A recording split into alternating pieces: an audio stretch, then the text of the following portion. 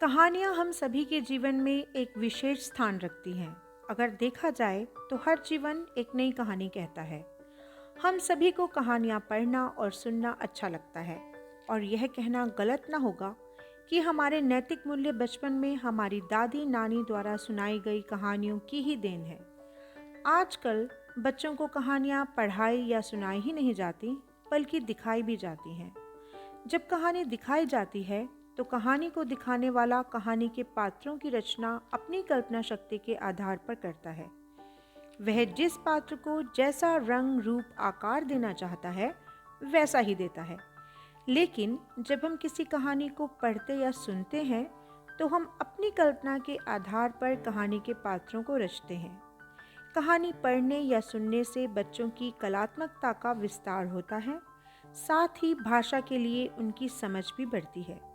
कहानी जहाँ एक तरफ बच्चों में अच्छे और बुरे की समझ पैदा करती है, वहीं उनके चरित्र में नैतिक मूल्यों की नींव भी रखती है। आज के समय में जब हर तरफ दुख, कष्ट और पीड़ा है, बच्चे चार दीवारी में बंद हैं, ज़रूरत है उनके लिए पढ़ाई के साथ साथ कुछ ऐसा करने की जिससे वह थोड़ा मन बहला सके और अपने आप को आनंदित कर सके। इसी बात को ध्यान में रखकर आज मैं आपके साथ शेयर कर रही हूँ इंडोनेशिया से एक कहानी, गुनो और कोयो। गुनो और कोयो दो ऐसे नाम हैं जिन्हें इंडोनेशिया में हर कोई जानता है और जब भी उनके नामों का जिक्र आता है लोग अपनी हंसी नहीं रोक पाते।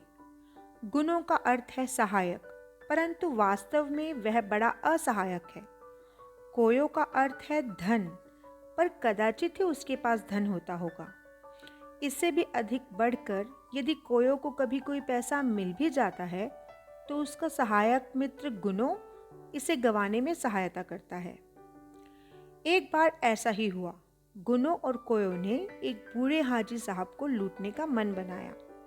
रात के अंधेरे में वे चुपचाप हाजी साहब के घर में घुसे और दीवार में एक छेद करने लगे।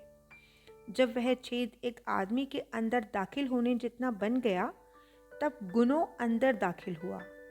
उसने एक मोमबत्ती जलाई और उसकी मध्यम रोशनी में हाजी साहब का कीमती सामान इकट्ठा किया और छेद से बाहर खड़े कोयो को पकड़ा दिया, जिसने सारे सामान को करीने से जमीन पर इकट्ठा कर लिया। जैसे ही गुनो बाहर आने को तैयार हुआ, उसकी नज़र खूंटी पर टंगे हाजी साहब के सुंदर चोगे पर पड़ी। उसने खूंटी से चोगे को उतार लिया और खुद पहनने की कोशिश करने लगा। वाह, कितना शानदार है! मुझे इसे खराब नहीं करना चाहिए, उसने अपने हाथों से इस कीमती वस्त्र को छूते हुए स्वयं से कहा।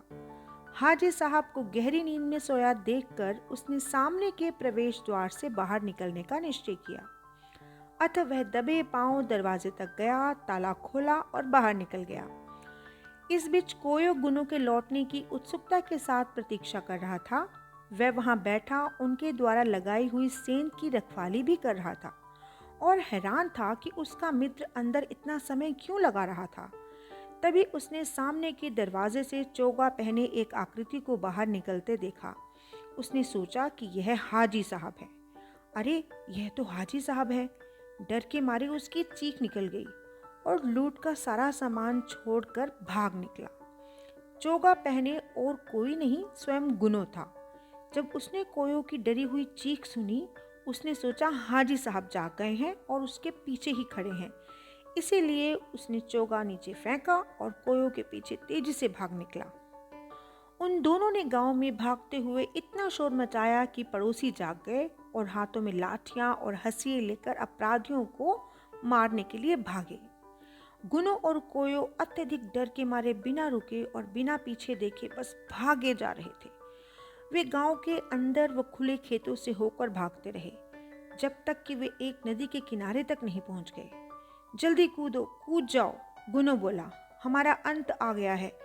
कोयो रोने लगा, अगर हम नदी में कूदते हैं तो हम डूब जाएंगे, अगर नहीं कूदते तो गांव वाले हमें पकड़कर मार डालेंगे। डरपोक मत बनो, गुनो बोला, नदी में बाढ़ का तेज बहाव नहीं है, हम डूबेंगे नहीं। अगर तेज बहाव होता, गुनो ने तर्क दिया, तो पानी गदला होता, परंतु यह तो एकदम साफ है। तुम नदी के तल को देख सकते हो। अच्छी तरह देखने के लिए कोयो आगे की ओर झुका। तारों की मध्यम रोशनी में वह नदी का पथरीला तल देख सकता था। तुम्हारा कहना ठीक हो सकता है, उसने माना, मगर तुम पहले कूदो और मुझे बताओ कि नदी कितनी गहरी है। इस पर गुनो तैयार हो गया। उसने गहरी सांस भरी, आंखें बंद की और किनारे से नदी में कूद गया।